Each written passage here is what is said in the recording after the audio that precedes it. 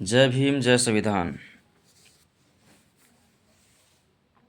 क्या आप लोग जानते हैं कि बैजनाथ धाम का नाम अभी जो पूरा फेमस है, ये क्यों और कैसे पड़ा? इसका सच्चाई क्या है? क्या आप लोग कभी सच्चाई जानने की कोशिश किए? नहीं, क्योंकि पढ़े लिखे लोग जो भी हैं वो भी कभी सच्चाई जानना नहीं चाहते हैं। नहीं, वो खुद अपने आप से वो सवाल करते हैं। उनको सच्चाई जानने का ज़रूरत है। जब तक सच्चाई जानेंगे नहीं तब तक मानेंगे नहीं, क्योंकि अभी हम देखते हैं खासकर भारत में अंधविश्वास, पाखंडवाद इतना बढ़ चढ़ गया है, इतना फल फूल गया है कि अच्छे अच्छे लोग, पढ़े लिखे लोग, बड़े बड़े विद्वान लोग, एजुकेटेड लोग ब्राह्मण के बात पे चलते हैं। ब्राह्मण जो बोलते हैं वही करते हैं, क्योंकि उनको लगता है कि ब्राह्मण जो भी डिसीजन दे रहे हैं, जो भी बात बोल रहे हैं, सही बोल रहे हैं। और अच्छे खासे लोग, पढ़े लिखे लोग उनके आगे मूर्ख और बेवकूफ़ बनते जा रहे हैं। और ये यहाँ का जो धूर्त ब्राह्मण है, पखंडवाद ब्राह्मण है, वो उनका हनन करते हैं, शोषण करते हैं और उनका मौका का फ़ायदा उठाते हैं। तो इस पढ़ाई से यहाँ के जो SC ST समाज के लोग हैं वो अपने एजुकेशन को सही जगह पर इस्तेमाल नहीं कर पाते हैं, क्योंकि 5वीं क्लास का फल पंडा लोग, पुरोहित लोग, पुजारी लोग उनके बातों में आकर के वो अपना पूरा जीवन भर जो अच्छे खासे पढ़ाई किए हैं, अच्छे खासे संघर्ष करने के बाद अच्छे खासे जो डिग्री लिए हैं, अच्छे खासे उनको जो ज्ञान मिले हैं, वो सही ढंग से कभी यूज नहीं कर पाते हैं। तो आप सभी से मैं निवेदन करता हूँ कि आप लोग सही बात को गौर करें और जो सही बात है उनको अपनाएं, और अपने आसपास के जो लोग हैं उनको भी सही सजेशन दें, ताकि वो लोग किसी ब्राह्मण, किसी पुरोहित, किसी पंडा का बात में आके उनके बहकावे में ना जाए, उनके बात पे ना चले। आज मैं बताना चाहता हूँ खास करके यहाँ पे जो देवघर बैजनाथ धाम है, देवघर मंदिर है, इसके बारे में। बैजनाथ नाम का एक बौद्ध भिक्षु था और सम्राट अशोक को बहुत प्रिय था।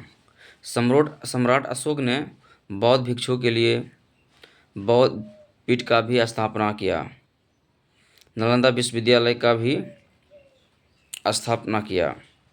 और उस समय में पूरा दुनिया में नालंदा विश्वविद्यालय प्रसिद्ध था। देश विदेश के लोग यहाँ शिक्षा अध्ययन करने के लिए आते थे। एक बार क्या हुआ कि दिल्ली का सम्राट पृथ्वीराज चौहान को जब पता चला कि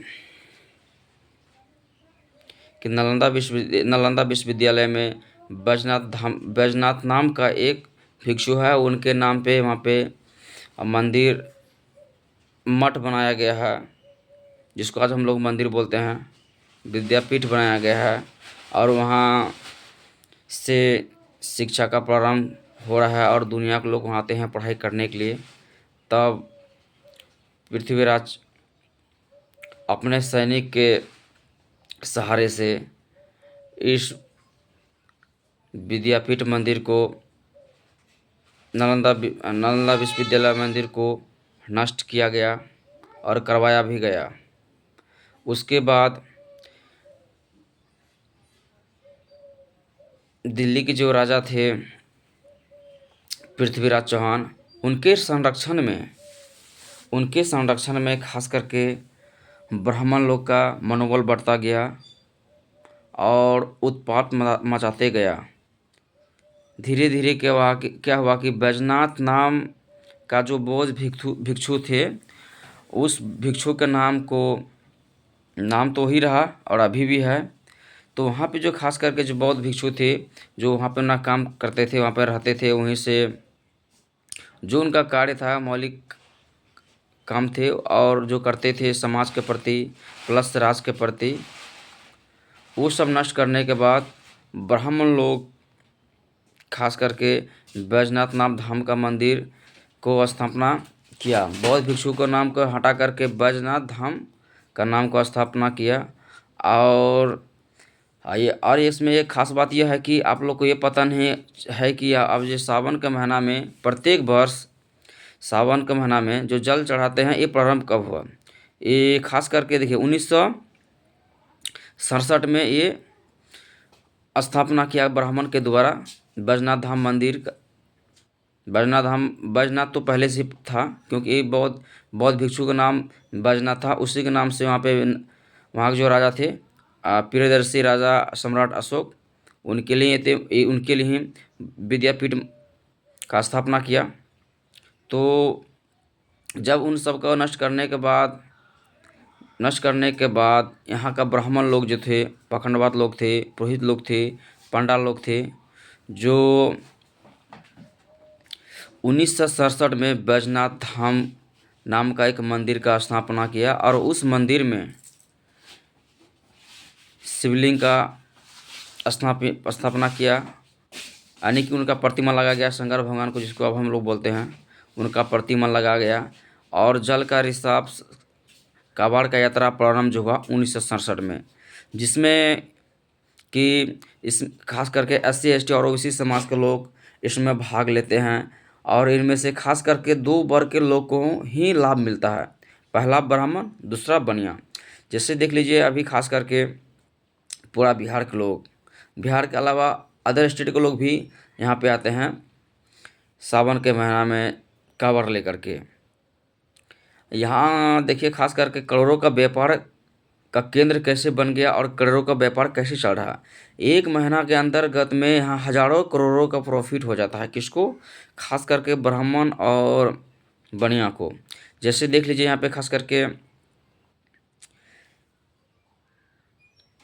50 रुपया का गंजी लेता है, 50 रुपये का अंडरवियर लेता है, 50 रुपये का डंडा लेता है, 50 रुपये का प्लास्टिक का सांप लेता है, उनके बाद जूड़ा लेता है, जूड़ा लेने के बाद प्रसाद लेता है, और तब जा कर के वहाँ पे जल का रिसाव करता है।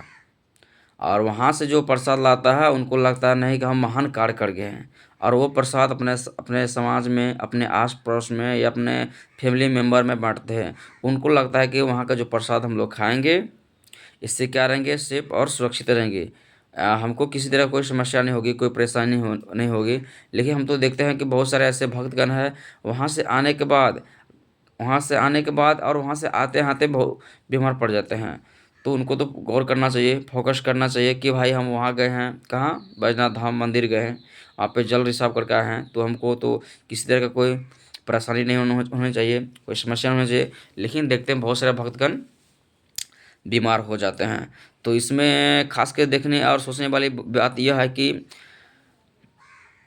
जो भक्तगण है, जो भक्त लोग हैं, उनको कोई लाभ तो होता नहीं है, क्योंकि वो बेचारा मध्यम क्लास के लोग, मिडिल क्लास के लोग, गरीब घर के लोग अपने यार दोस्त, फ्रेंड या आसपास के पड़ोस से 4,000, 5,000, 10,000 रुपया जो कर्ज उठाते हैं, कर्ज उठाने के बाद जो वहाँ पे जाते हैं कांवड़ यात्रा करने पर, फिर वहाँ से आने के बाद उनको सधाना है। कर्ज नहीं सधेगा तो फिर उसको दिक्कत हो सकता है। तो इनमें खास करके जो बिचौलिया लोग हैं, जो खासकर ब्राह्मण, उनको मैं बिचौलिया बोल रहा हूँ, इन दोनों का ही करोड़ों का लाभ होता है। यानी कि एक महीना के अंतर्गत में करोड़ों का व्यापार करते हैं, और उन करोड़ों को पूंजी से बनिया लोग, ब्राह्मण लोग अपने बेटा को अच्छे अच्छे यूनिवर्सिटी में एडमिशन दिलवाते हैं, और वहाँ से उनके बच्चे लोग पढ़ लिख करके अच्छे अच्छे नौकरी प्राप्त करते हैं, अच्छे अच्छे पद भी लाते हैं, अच्छे अच्छे पद पे जाते हैं, जिससे क्या होता है कि उन लोगों का बच्चा बड़ा बड़ा मंत्री बनते हैं, मिनिस्टर बनते हैं, IAS IPS ऑफिसर बनते हैं और देश चलाते हैं। और हमारे SC ST समाज के लोग कांवड़ यात्रा में लगे रहते हैं, जो जीवन भर दिल्ली, पंजाब, गुजरात, महाराष्ट्र, बंगलोर, इस तरह के भारत के हर स्टेट और कैपिटल में काम करते हैं, खून पसीना को इकट्ठा करते हैं, इकट्ठा करके 2 रुपया चंद रुपया कमाते हैं। फिर भी देखिए उनको यही मान नहीं सकता, यही गुलामी वाला जो बीमारी है, इन लोगों को ये दूर नहीं हो रहा है, हजम नहीं हो रहा है, उनको तो ये दूर करना चाहिए। क्योंकि जब तक हमारे आसपास के लोग, गांव घर के लोग, समझदार लोग उनको नहीं समझाएंगे, उनको नहीं बताएंगे, तो वो लोग कभी अच्छे रास्ते में नहीं चल पाएंगे। तो आप सभी SC ST और OBC समाज से मेरा अनुरोध है कि आप लोग ये जो कांवड़ यात्रा का जो सिलसिला हर एक साल जो करते हैं आ रहे हैं, और ये जो एक मतलब ट्रेडिशन बन गया है, एक परंपरा बन गया है, जो एक एक ये बन गया है, इनको आप ख़त्म कीजिए। इससे क्या होगा कि कोई फ़ायदा तो होने वाला नहीं है, लेकिन आपके जो बच्चे हैं, आपके जो भविष्य में जो आने वाले बच्चे हैं और आपका समाज समाज के लोग हैं, वो भी पाखंडवाद में फँसते जा रहे हैं। क्या आपको लगता है कि ये पाखंडवाद में फँसना चाहिए? यदि मान लीजिए इस पाखंडवाद से, अंधविश्वास से यदि हमको हमको ही नहीं, पूरा भारतवर्ष में 140 करोड़ जनता है, तो वो जनता है जो उनको लाभ होना चाहिए, जो उनको लाभ मतलब यहाँ वो ये होता है कि वो पूजा पाठ करने से यदि लोग पूंजीपति वर्ग हो जाते हैं, पैसे वाले लोग हो जाते हैं, तो मैं तो देखता हूँ सबसे अधिक पूजा पाठ मिडिल क्लास के लोग करते हैं, सुबह शाम पूजा पाठ करते हैं। क्या कभी आप देखे हैं कि मुकेश अंबानी का बेटा, अनिल अंबानी का बेटा, गौतम अडानी का बेटा, अमित शाह का बेटा, बिल गेट्स का बेटा, एलन मस्क का, जो दुनिया में पूरा देश विदेश में अरबपति खरबपति होंगे, जो बड़े बड़े बिजनेसमैन हैं, कभी देखे हैं कि वो कांवड़ यात्रा करते हैं? कभी नहीं। क्योंकि आज इंडिया में तो कल चीन में तो परसों जापान में, इस तरह से हमेशा उसको एक देश से दूसरे देश उसको जाना पड़ेगा, क्योंकि उसको बिजनेस के सिलसिला में जब तक एक देश से दूसरे देश नहीं जाएंगे तो उनको कॉन्ट्रैक्ट नहीं मिलेगा, और इससे कॉन्ट्रैक्ट नहीं मिलेगा जिससे उनका व्यापार अच्छे ढंग से आगू नहीं हो पाएंगे। तो देखिए आज वो पढ़े लिखे लोग अरबों खरबों का बिजनेस कर रहे हैं, उनका ज़िंदगी में जो चीज़ का कमी है वो पूर्ति करते जा रहे हैं, और हमारा जो ये भारत देश और यहाँ का जो बेवकूफ़ लोग हैं, अशिक्षित लोग हैं, अनएजुकेटेड लोग हैं, आज वो पाखंडवाद की दुनिया में फंसे हुए हैं। आज यहाँ यदि ब्राह्मण लोग जो बोलेंगे वही मानेंगे। यदि आज ऐसा होता तो इस देश में खास करके देखिए, सरस्वती जिसको हम लोग बोलते हैं कि विद्या की देवी हम लोग मानते हैं किसको? सरस्वती को। यदि विद्या का देवी सरस्वती होता तो एजुकेशन का मामला में जब बीच में जब सर्वे किया गया तो 1 नंबर में आया जापान। तो जापान में तो कोई भगवान है ही नहीं, कोई तो विद्या का देवी नहीं है। यदि वहाँ विद्या का देवी रहता तो वो लोग क्यों नहीं मानता है, क्यों नहीं जानता है? जय भीम, जय संविधान नहीं कहना था तो आप सभी बहुजन समाज के लोग जो भी हैं, सब जागरूक होइए और अंधविश्वास पाखंडवाद से मुक्त होइए।